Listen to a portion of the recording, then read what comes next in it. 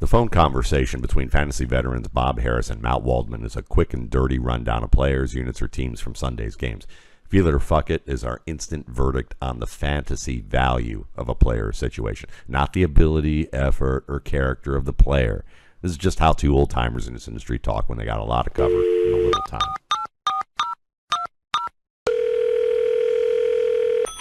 Week 2, Bob. Let's get at it, my man. Oh, my gosh. Week 1 was a liar. Week 2 is like telling us entirely different stories, and I'm here for it. I like it. We're not going to even have a consensus till about week 4, I think. So, nor should we have one, right? There's going to be new evidence presented to us every day. We're testing and retesting our hypotheses and hoping some of the things we predicted come true, and some of them look like they're starting to. Yeah, let's look at some not so fast, and we knew it all along. DeAndre Swift, feel it? After that game, yes, I feel it because he seized an opportunity. This was something I talked about with Chris McPherson from the team's official website. He tore them a new ass last year when they played him. This was the guy they wanted to get. Now, we saw going in, it looked to them like Kenneth Gainwell was going to be that guy. Kenneth Gainwell lost an opportunity. DeAndre Swift took advantage of it. It's not to say DeAndre Swift's going to have 175 yards every damn week because he's not. It's not going to say that he's going to be the starter every damn week that he's not. But this is a murky situation with 4 players who are involved. And we're not going to know week to week who it is, I don't think. But next week, this coming week, it's DeAndre Swift. Yeah, I'm feeling that it is a murky situation that will still be still hasn't been resolved until the end of the season, mainly because when I watched DeAndre Swift, what I really saw was that he benefited greatly from the fact that they had a strong offensive line with a quarterback where the box counts are in their favor 2-1 or even 3-1 in some regards because of the fact that you have to account for Jalen Hurts. And so Swift is still the same back that basically got kicked out of Detroit. But the fact of the matter is that he is quick, he has good movement, he can catch the ball, and Jared Goff can't run, but Jalen Hurts can, and that gives that extra man advantage that the Lions can't count on, so they need somebody who's a little better between the tackles. But good for DeAndre Swift, good for fantasy GMs. Will there be a Rashad Penny week at all this year? If Rashad Penny still has juice, yes, absolutely. There might be 4 or 5 if he can stay healthy. Feeling it. Murky people, deal with it. Yes. Ryan Tannehill. You feeling Ryan Tannehill after this week compared to last week? Is it just the Superdome?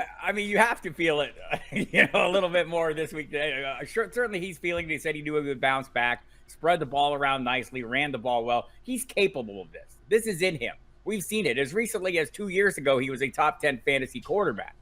It's there. Would I be counting on it every week? Fuck that. Yeah, I would say this. I am totally feeling Ryan Tannehill keeping the Titans' playoff hopes alive all year with his little bits of ups and downs, but overall he's going to keep them competitive. Fantasy-wise, he's a bye-week starter with matchups. Feeling him as the Jets starting quarterback by week 7. Oh, I don't think the Jets want to give up what they'd have to give up to get him, probably, because I don't think Mike Vrabel and Rand Carthon would go for that. But probably then again, they did pick Malik Willis and Will Levis, so who knows? Russell Wilson. Are you feeling Russell Wilson? I'm feeling better about Russell Wilson. Still not feeling like. So, my complaint going into this week was the team can't score 20 points. Well, good for them. They scored 20 points. They probably should have scored more. The Hail Mary was, I'll give it to them because they count, but right. It was a little tenuous. They seem to be getting better, and they're getting more pieces back, although Greg Dulcich is gone. I think they're going to get better. I think Sean Payton is going to make this offense better over time. I'm not feeling him as a starting quarterback in fantasy football, though, right now. Fuck that. I'm feeling him in a couple of leagues because I have to, but I don't feel unbelievably comfortable with it yet, just because his receivers. I don't love Cortland Sutton. Come on, man. I don't. I like Marvin Mims. I'd like to love Marvin Mims, but Brandon Johnson would like you to love him too. Yeah, and he might. I'm going to give him a good look today or maybe tomorrow to see what the hell's going on there. But at this stage, I'll give Russell Wilson the benefit of the doubt because he's got Sean Payton, and we're looking at his former coach Hackett in Kansas City, and you might think, fuck that. They've got a bunch of all-stars there. and they're barely winning games, if winning them at all. It's only been 2 weeks, so fuck that idea too. Give it time. Geno Smith, though, are you feeling Geno Smith? Yeah, I feel Geno Smith. I think I felt Geno Smith coming into the season like, we didn't have to draft him as the thing he finished as last year, right? People are still remain skeptical during draft season. I think that value he's going to more than return, that value and maybe end up closer to where he was, whether it's top 10, I don't know. But I thought this game was pretty encouraging. Look, Detroit still, defensively somewhat challenged. But in general, I mean, they have a good pass rush. They do some things really well. And I thought he navigated it well. He has a great set of targets and pretty strong running game. So yeah, I'm feeling Geno. So listen, you know this, Bob, but I'm going to tell our listeners, I edit the Football Guys Roundtable every week, and I jokingly refer to it as my attempts to troll our staff with questions that I hope will trip them up in some way. That I'm like I'm putting them in the dunking booth. That's my joke. I try and do it in a friendly way, but this time I was trying to do it on my buddy Bloom, or our buddy Bloom, because in his waiver wire he recommended dropping Russell Wilson, Geno Smith, and Daniel Jones after week 1. What? And I posed the question like, I listed those guys, and I was like, no, he did recommend adding Sam Howell and Jordan Love, which was certainly good recommendations there. But I was like, I was posing the question because I wanted our staff to be like, no, I wouldn't drop Geno Smith. Are you kidding me? But there were some folks that were like, I wouldn't touch Russell Wilson. I'd drop Geno Smith. It's early season. That's what happens in our industry. So right. Geno, fuck no. There's no way I would have ever dropped Geno Smith this early in the season with those weapons. I know they were missing two tackles. Two tackles certainly, is a problem. But the way he played, again, was great. there's no Hey, way man, I'm talking to America, Matt. Get out of my face. That's right. That's basically what he's saying. All right. Drake London, though. He got a touchdown. He got about 60, 70 yards, close to that. What were the targets? The targets were acceptable as well. And I'm just going to go ahead and say that he remains, let me say it kindly. I continue to feel him as a weekly decision as a wide receiver 3. I think that is a very diplomatic answer, and I'm feeling that too. I'll put it the other way. I'm diplomatically, which is that you can't fucking count on him because you don't know which week they're going to focus on. You don't. Because one side of the Atlanta crowd is going to scream about Kyle Pitts. The other side's going to be screaming about Drake London, and Arthur Smith's going to be doing this. Look, basically like The Rock on SmackDown last week where they said, you are an asshole, and on each side of the screen, that's what's going on. This is a Desmond Ridder question. Yeah. I mean, there are going to be weeks where Desmond Ridder is better than other weeks. I thought he was great running football, by the way. The more they do that, the better off they're going to be, I think, as both a passing offense and a running offense.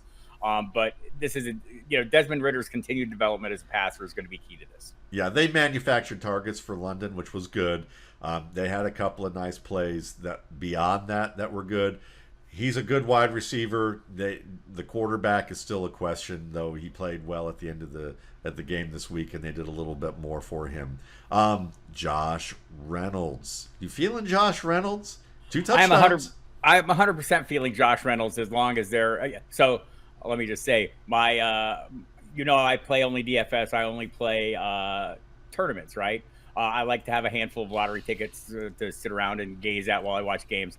Many of those lottery tickets yesterday had a Goff, Reynolds, somebody else stacked for that Detroit game. And needless to say, I broke even. Look, winning in tournaments is breaking even, right? I mean, I'm not, one day I'll get that many, many millions of dollars. But in the meantime, not losing is great. Josh Reynolds looks like a guy who will do that for you, help you not lose. I think there's upside there until there's Jameson Williams is back. And, I mean, this is a connection that goes back to their time in L.A. I mean, this is not a new thing. So I think I'm feeling Josh Reynolds for what he is, right? Yeah. A guy that you didn't probably invest in heavily who is going to pay off handsomely from week to week. Yeah, I'm always feeling Josh Reynolds as a late round option. And we don't know if Jameson Williams is going to ever be what he was supposed to be. And I look at that partly because there is a little bit of a maturity factor and an injury factor as well. So I'm hoping that's the case. Marvin Jones ain't doing much right now. So Josh Reynolds seems to be the guy, and Amon-Ra St. Brown. I mean, a little banged up, I thought, in this game. So we're gonna see Puka Nacua. Okay, can we get to him this week? How can we not feel this, right? Yeah. I mean, if you watched, you have to feel it, but just the numbers by themselves. I mean, that's like, I want to just look up the historical perspective here because it's incredible. 115 passes, 147 yards. That's 25. So he's broke the NFL single game record for receptions by a rookie. He set a new overall mark with 25 catches in the first 2 games of his career. The 15 targets in week 1 were the most targets ever for a wide receiver in week 1, a rookie wide receiver in week 1. Recorded 10 catches, 119 yards. With his 10th catch on Sunday, he broke Earl Cooper's record for the most receptions by a player through his first 2 games. I mean, he broke the 100-yard receiving mark to become the first player to record 10 receptions and 100 receiving yards in each of his first 2 games. There's a role here. There's a role for him, and we'll see what happens when Cooper Kupp comes out. But he's not playing full time in the slot, so I think this is sticky in terms of that. There's a role, but we should if you talk to people in LA throughout the summer, they were telling you about this guy. They were saying this guy's name. Yeah. Probably not because they thought he was going to be this good, but they thought that there was a plan for him. And in case he was something, they wanted to be the ones who had said something about him. You get a lot of that, in this business, right? People want to say, hey, this guy's looking pretty good. And even if they're a little skeptical, they want to hedge a little bit. Yeah. And there was a lot of hedging about Puka Nacua, who seems like, based on his, all the metrics, right? The spark scores and all those things, has no business doing this. And so maybe that makes him even more intriguing than he actually is. It's just a good spot with a good quarterback. He's getting the looks. He's earning the looks. And by the way, I totally feel horrible about all the mean things I said about Tutu Atwell being a skinny little man. Oh, I've enjoyed banging on Tutu Atwell, but he's played very tough. And so he deserves a lot of credit. I still think the wind can blow him through the uprights with a good stiff breeze if he comes to Cleveland. We'll see if that happens with the lake effect winds. But no, he plays tough at the catch point. Credit to him. Puka Nacua, I'm feeling the fact that Cooper Kupp is out, that he's getting this many targets, but I'm also feeling the fact that he is understanding the coverages and settling where he's supposed to. He's being able to handle guys like Charvarius Ward, who's a very good corner, and being able to get early separation. So is he the next superstar wide receiver? No, it's going to calm down. Well, I think he already is the next superstar wide receiver at the moment. But yes, I agree. When Cooper Kupp comes back, it'll be a limiting factor, but I don't think he goes away. No, he's not Chase. He's not the next Chase Claypool. Right. He's going to have Chase Claypool type numbers to begin, and then when it calms down, he's going to be a 4 to 5 catch per game type of guy, which is still good. Jordan Love, loving Jordan Love. Loving Jordan Love. I mean, you liked him. You've heard me pound this table throughout the course of the offseason. This is not about Jordan Love as much as it is about the Packers organization having trust in a professional organization to do a professional thing, which is not let Aaron Rodgers run his way out of town without thinking they had something in their hip pocket that might be serviceable or better. And he is. He's serviceable and better. Yeah, and I brought him up again because I finally got to really watch him this week against Atlanta. Loved his timing. The timing and anticipation, the rhythm in which he moves from progression to progression was really strong, and that's something that I was looking for. He's been reading the field pretty well. One thing that I haven't seen a lot of is a great deal of manipulation yet. He's not quite at that stage. And I've also seen in this game, he made one bad play, and it let him tilt a little bit on that next play. Now, at Utah State, he would often tilt for 3 to 5 plays towards the end of the game. This one, he only tilted for 2. But so he's getting better. What do we think about the plan, though? The plan was to surround him with a bunch of young receivers and let them grow together. I think this is a great idea, and it's going to pay off huge dividends down the road for the Packers, especially with a coach like Matt LaFleur. I'm feeling a city owning a team that actually has their act together and has been doing it a while. because now they don't have an owner who acts like Jim Irsay or the Cleveland Browns owner or Daniel Snyder, anybody who just decides they're playing fantasy football with their team and makes some crazy decisions. Now, one decision that wasn't crazy, if you ask me, was Anthony Richardson. I'm feeling him, but I'm not feeling the fact that they want to run him into the ground this early in his career. I would like him to stay healthier. He's been beat up each of the first 2 games. Number one, every quarterback should probably start following, and it's to be determined. The story's not yet written on Tua Tagovailoa's ability to avoid head issues, but he's put a lot of work into it. Yeah. Right? Including learning how to fall, which, if you look at what happened to Anthony Richardson this week, was him falling back and bouncing his head. I think teams would be wise to make an investment, considering quarterbacks cost you $500 million these days, to invest in somebody who can teach them how to fall every time they get hit, right? Or to help them better mitigate the risks associated with the hits they're going to take, especially if you're going to put them in that position. We've talked about this before with Shane Steichen, I think, being the ideal coach to land Anthony Richardson. He's worked 2 great young quarterbacks in successful situations with different approaches. Perhaps at some point he will merge those approaches and we'll see less running and less focus on the run and more focus on the passing. But I think something you said all along that I've hung my hat on is that Anthony Richardson is better at passing than everyone has given him credit for. Yeah. And I'm hoping we get a chance to see more of that. I'm feeling the joke that, or I'm feeling the trend I'm going to see in about 3 to 5 years of suburban quarterback dads enrolling their young sons in middle school and high school into jiu-jitsu, to teach them learn how to tumble. Kenneth Walker. Let's just take this together. Kenneth Walker, Zach Charbonnet. Feeling them? Feeling one of them? Oh, I feel Kenneth Walker. I felt Kenneth Walker all along. There's a reason I felt Kenneth Walker, and yesterday's game was the example why. Look, Zach Charbonnet may be better. He may turn out to be better. He may be more capable, but he is not the guy right now because that's not what Pete Carroll has done forever. Well, in my entire adult lifetime. No, and we can go back. The Chris Carson was the guy, and Rashad Penny got there. Chris Carson was still the guy until he couldn't be. Rashad Penny was the guy until he couldn't be. Kenneth Walker is going to be the guy until he can't. And at that point, they'll work the replacement. It seems like most of these cases, it's been pretty predictable. We saw Zach Charbonnet come in and get a nice first down. They get a few carries after that.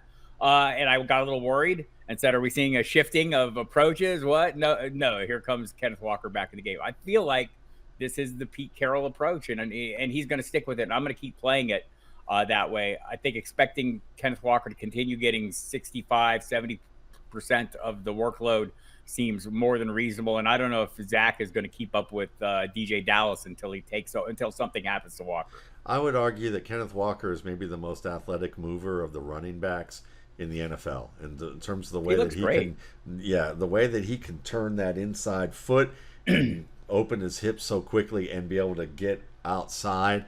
I don't think there's another back that can do it. I saw somebody on Twitter say there's a young running back in Atlanta who can do that. And I'm like, no. I love Bijan Robinson as much as the next guy. Maybe not as much as the guy from Pflugerville, Texas, who did say that to me. But Kenneth Walker is a little more agile than Robinson. Robinson's got great stop-start ability. Walker's ability to open his hips is there's no one better. So I'm feeling him as the starter for the reasons you stated. But Zach Charbonnet is a banger. I love the fact that he is as physical as he is. They commented during the telecast that he approached the game like a veteran immediately coming into training camp. So his time is coming, but his time is not right now. But definitely got invested in Dynasty. Kyron Williams, are you feeling Kyron Williams as a fantasy starter? Yes. Look, Cam Akers' time is done in LA. Here's what I want to feel. I feel like I'd like to be a fly on the wall inside that organization's headquarters to see how disastrous what Cam Akers did. Yeah. Right. To see how disastrous the activities have been. Like, we saw it last year, right? They totally bailed him. They sent him away for a period of time. He came back and he was fantastic. Whether his attitude changed at all, I don't know, but his play on the field was phenomenal down the stretch. He was a top 5 fantasy running back. He was putting up huge totals. He looked running behind one of the worst offensive lines in all of football, right? Yeah, he looked awesome. So we come in this year, and there was a little bit of buzz from, again, the same people maybe talking about Puka Nacua maybe being a thing, saying, man, they kind of like Kyren Williams a little bit too. And I thought, yeah, they probably do like Kyren Williams a little bit. But Cam Akers is there, and Cam Akers proved himself down the stretch to me. Clearly, there are issues beyond what he's doing on the field. The talk is they'll trade him. The fact that he was inactive, tells you that it's gone somewhere where it should not have gone. Maybe something related to week 1, where you had mentioned he did not get very many fortuitous carries. Yeah. Right. He was put in bad spots. Maybe Kyron Williams was put in better spots. Whatever the case. Yeah. That part of it's done. Let's go to the Kyron Williams part. Eyeball test against a really tough defense. I thought he looked really good yesterday. So I feel him as a starting fantasy asset, a running back too. Yeah, I feel the Rams, the way that they use him right now, in the sense that they are getting man-on-man advantages in the box. A lot of it is still that the 49ers were expecting some pass situations where they run, like a 3rd and 1 touchdown, where they ran to the left side and the linebackers were playing well off the line. It was a 7-man box, but it was really, they were going to get to the second level on those linebackers, and so when I see Kyren Williams in this regard, I don't think he's a long-term starter in terms of like 10 to, I would say 12 to 16 games from now, they're going to be looking elsewhere. But it depends, because when you look at Cam Akers right now, they're probably going to trade. And if they don't if Zach Evans was benched for similar reasons as Cam Akers, because Laura Oakman reported this. She said it was a cultural thing. They have a young culture, and they're trying to keep these guys in line. If Zach Evans didn't start either, and she said that that Cam Akers didn't do what he was expected to do, and he didn't take accountability. That was the 2 tendency violated. Well, I'll tell you this. The Rams have, $80 billion of dead cap money this year. They're gearing up for next year when they have a first-round pick again for the first time in both of our combined adult lives. And I think they're maybe doing a little house cleaning, right? And maybe I should have taken some of that into account, but to pretend I saw any of this coming. Oh, I didn't. I was very high on Cam Akers, right. And I was fine with being contrarian in that regard in some spaces where I saw a lot of people who weren't. So I'm totally with you on that. But you don't know what's going. You figured it was resolved. He was in good shape. They were talking positive about what's going on. Took all of one game for it to fall apart. Yeah, we both love to know. Calvin Austin III tonight against the Cleveland Browns. Are you feeling him as a potential fantasy option in this Kenny Pickett offense? If by Calvin Austin III you mean Allen Robinson too, yes. Yeah, I'm feeling Allen Robinson too. I felt him before the season as well, so I'm feeling pretty good about that one as a late round guy. But I love me some Calvin Austin, and I think he could be a really big play component. My mind is open. Yeah. My mind is open. I'm willing to be convinced. I'm feeling him from the position of where we can get him, which is essentially for free, and we're rolling the dice. But the skills are there. Sam LaPorta. You feeling Sam LaPorta? Yeah, I'm feeling him. Targets been steady. 6 targets. Maybe the role grows a little bit. Our boy Josh Reynolds, the limiting factor there. No, there's. I think that role is sticky for him.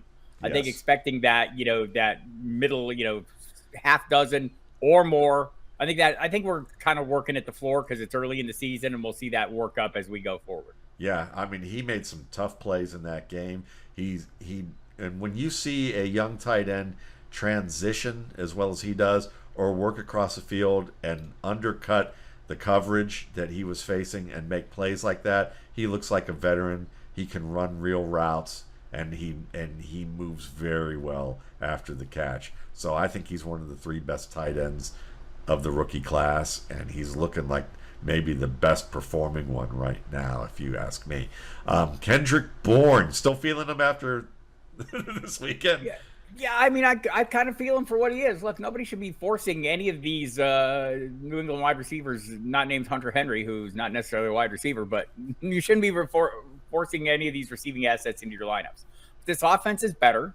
There's no doubt about it. Mac Jones is, I'm going to go slightly better than serviceable. Yeah. And I think there's going to be weeks where Kendrick Bourne comes up big, and hopefully those are the weeks you end up having to use him.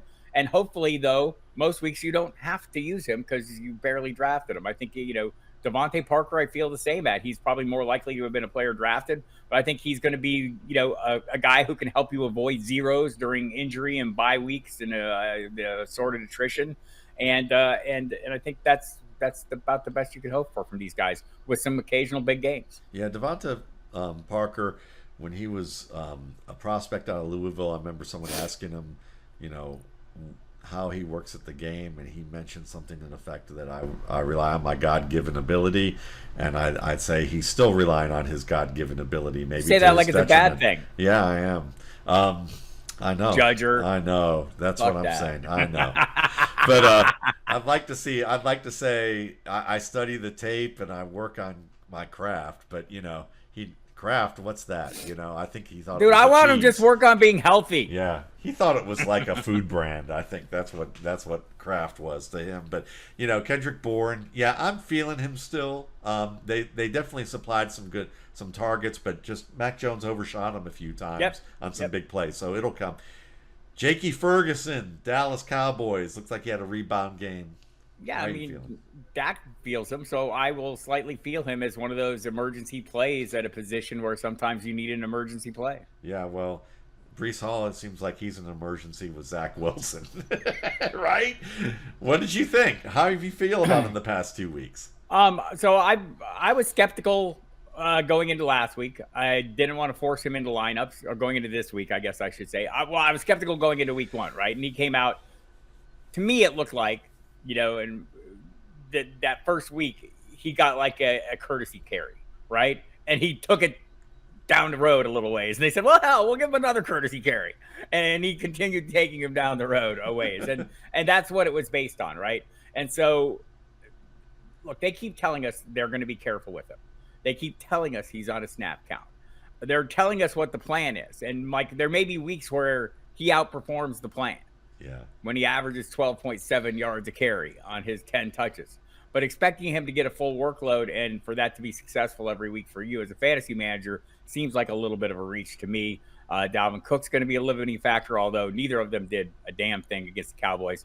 By the way, can we just say Micah Parsons MVP looks like the best player in football right now, right? League MVP. Absolutely feeling that. And Breece Hall, I'll put it this way. I was unbelievably impressed with how he played in week 1 because his burst was not quite there. His long speed definitely wasn't there. He got caught from behind in a He's couple no Raheem carries, Mostert. Not right now, And he's usually relying on those LaShawn McCoy cuts, those sharp, hard cuts, and he was changing his stride length and not using those cuts and still making people miss. So I was super impressed with what he has in his toolbox to be able to still run, knowing that he's not at his full physical capability. Right. But I'm super depressed by the Jets situation when it comes to they don't have their quarterback with Zach Wilson, and of course they did face one of the best defenses in the NFL. So I just want to say this again, right? Like for all the Garrett Wilson investors out there who are just saying "fuck this season," fuck this season. Look at the play he made.